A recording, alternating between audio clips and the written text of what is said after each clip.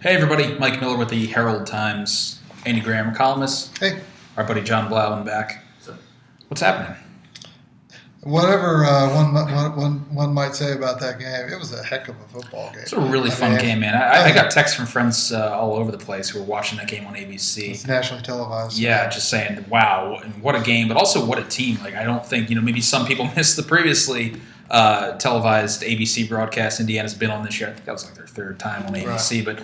But once again, this is kind of the way it's been all year. I mean, a couple plays short. I thought this, of all the games we've seen this season in the Big Ten play of the 6 consecutive losses, man, Indiana deserved to win that game. I mean, they played.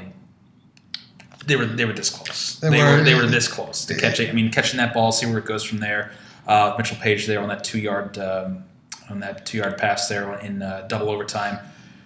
Man, it was close. And this did not seem. Some people have said, there's a sense of inevitability that Indiana's going to lose a close game sometimes. That wasn't really present today here in the stadium. It was pretty palpable that the Indiana crowd here was really ready for kind of a magic moment. Once again, it was right there. I mean, they were one play away, one snap away, one break away, whatever, and made a lot of great plays. I mean, look, both teams did. I mean, there were 60 first downs in this game. There were 89 points. It was a ferociously contested, very, very entertaining game. Michigan played great too, but I thought that Michigan made plays that were more readily there because the Achilles heel for Indiana, again, as it has been so often and so many times, Michigan only had to make 3 plays in overtime. In the overtimes. Yeah, they both had overtimes. 2 overtimes, total of 3 plays because receivers were wide open. Until and unless Indiana solves a secondary, it's not really going to be able to prosper, and it's going to have heartbreaking losses because it just can't quite get the job done. And once again, that's not taking any credit away from Michigan. I mean, Jake Rudock had a heck of a day, and John, you could talk about him. He was our player of the game. Yeah, he had 6 touchdown passes, which is a record for Michigan. And he was told about that after the game. He said he heard that, and he was really surprised, obviously, because Michigan's had some good quarterbacks. Tom Brady. But that's one of them. Yeah. And so he kind of explained it. One reporter actually asked him if he's just feeling more confident now, and he kind of shrugged that off. He's like, confident, you guys like to use that word. It's not really that. It's communication. It's just that he's, obviously a transfer from Iowa, so he's just kind of learning how to play in this system and then play with his fellow wide receivers, and he just felt like he was able to connect with them today. And Chesum was their leading receiver. He had about 200 yards receiving. They were just able to kind of hook up whenever they wanted, like you were saying. And what you say about Rudock is right. I mean, he had 337 through the air against Rutgers in the previous game, so he's starting to really come on. But he had 440 today, and once again, that kind of stat is just fatal for IU. I mean, this is an Indiana team that won the line of scrimmage today. Oh, I mean, the only decent running plays that Michigan had were quarterback scrambles. Well, and that kind of basically, and that I think kind of leads into some of the frustration with the final play call. You're on the 2-yard line, 4th and goal. You call a timeout after running what I think counted as 19 consecutive rushes spanning the 4th quarter and both overtime periods. I don't think Nate Sudfeld threw the ball. I think it was back, man, it was at least midway through the 4th quarter the last time he threw the ball until that 4th and 2 play, that 4th and goal play at the 2. I see it both ways. I think personally, not that it matters. I find it hard to take the ball out of Jordan Howard's hands after he basically put you in this position, he and the offensive line. Then again, I also see, I think, where you come from, Andy, where it's a long 2 yards. It's a long 2 yards. Indiana they basically made the play. Maybe Nate Sudfeld was a little late on the throw, but that play was there to be made. It was just defended really, really well. Ball knocked out, and it was there. The other thing I would say is that, Jordan had been running so well. The offensive line had been so dominant. But when they got down to the 5, Jordan got stuffed for no gain, on was it first down or second down? First down, I think. First. And so he just got stuffed. He just got stuffed for no gain. And then Indiana tried the read option, and Sudfeld really made a nice twisting effort to try to get to the end zone and almost didn't. But it was a good long 2 yards away, and so Yeah, it's debatable. I mean, I wouldn't have minded seeing play action there, like a belly fake to Howard to draw defense, make them think Howard's going to get the ball, then have Sudfeld roll out and try and hit a pass. I could have seen that, but it's all it's hindsight's 20/20 to use the cliche. Yeah, I mean, there were other people in the press box who said, I don't see why Jordan Howard doesn't touch the ball on the final 2 plays, but the Sudfeld thing was a read option. He could have handed it to Jordan, didn't. Chose not to. It was probably the right decision. And then on the last play, yeah, I mean, I might have wanted to see some sort of belly fake to draw the defense. But see, that's dangerous too. Mm-hmm. Defense is going to be flying, trying to get penetration. If you have a slowly developing play, that could blow up as well. The play was there. I mean, it was really well defended. It was I don't have an issue with the call, to be honest with you. The play was there. It was pretty well executed. It was actually a perfect throw. I mean, it might have been a little late, but it was perfectly thrown.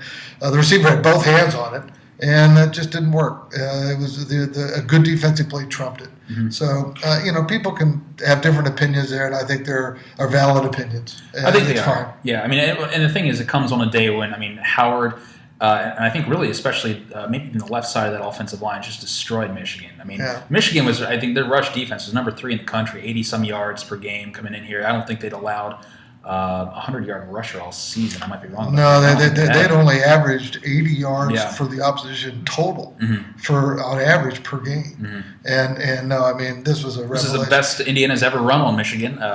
It was Jordan Howard I think is the best single total as well. Yes, more than team and individual. Yeah. So I mean, look, Spriggs dominated too. It was a Bill Mallory reunion weekend, and I kind of use that for my theme for my column today and for tomorrow. It's great to see over 150 players back, and I got to just say, I mean, Jordan Howard was the first guy to really remind me of Anthony Thompson since Anthony left. They've had a lot of great backs. I mean, Von Dunbar right in the immediate wake of Anthony. Then you had Alex Smith. You had Levron Williams. Of course, Tevin Coleman last year. Those were different kind of backs in various ways. This guy, Jordan Howard, reminds me of AT. He's just indefatigable. For a big guy, he's got some burst, but mostly he just is so tough. He comes out the other end. You think he's down, but he isn't. He keeps the legs going. He performs in just such a heroic kind of way. I mean, when it was 4th and 1 down on the goal line and they had stuffed him in a previous possession, he flew over the.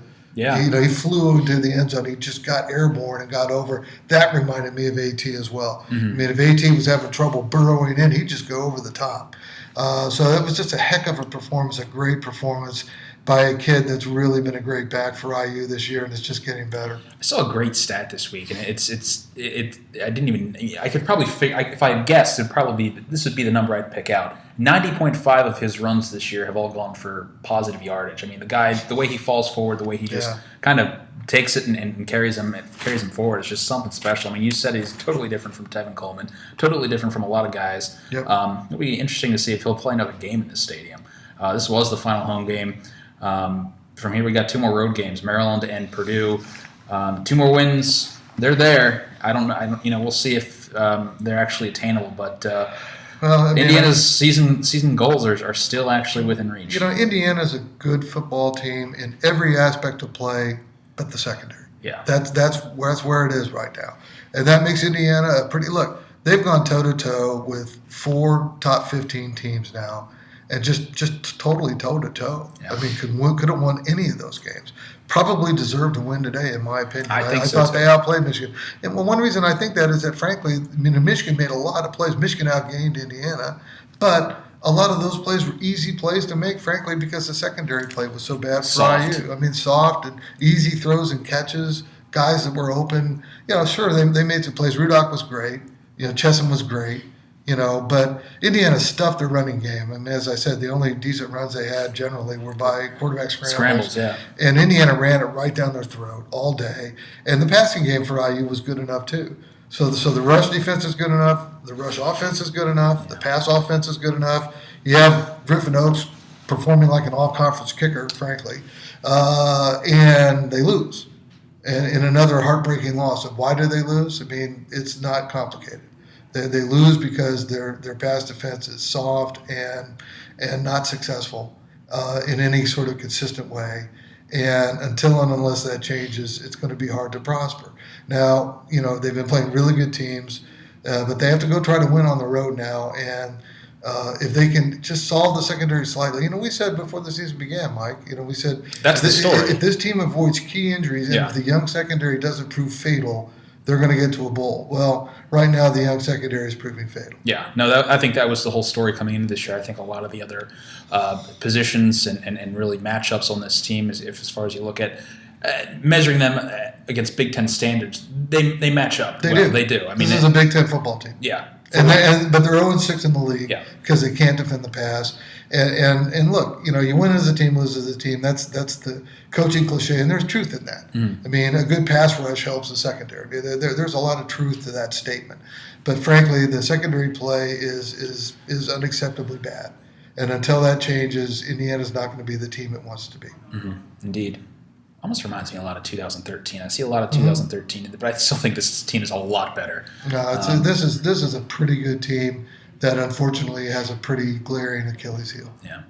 Well, they got two mediocre at best teams coming up on the schedule, Maryland and Purdue. The Maryland guy said that. I mean, I'm not a Maryland graduate. No, I'm not a Maryland graduate. Gee, but hey. I don't think Maryland's played a lot of teams tough too. They're just as 0-6 as Indiana is, I think. But they've played a lot of teams tough as well, and they have good players. I mean, they're starting to use Lively, the defensive back, on offense more. Pretty similar to what we saw from Peppers. As soon as they got Randy Edsel out of there, they actually decided to open up the playbook a little bit and use guys maybe a little more but it won't be an easy game. And, the bucket game. It's always the bucket game. The bucket game. No matter, I mean, look at last year's game. Granted, they had Sandro Diamant, he was kind of continuing that upward trend, but I mean, that was a game. That was a game for three and a half quarters. So Indiana's going to have to play well to win. Yeah. And they're going to need to have better secondary play. We'll catch up, guys. Thanks for watching. Thanks.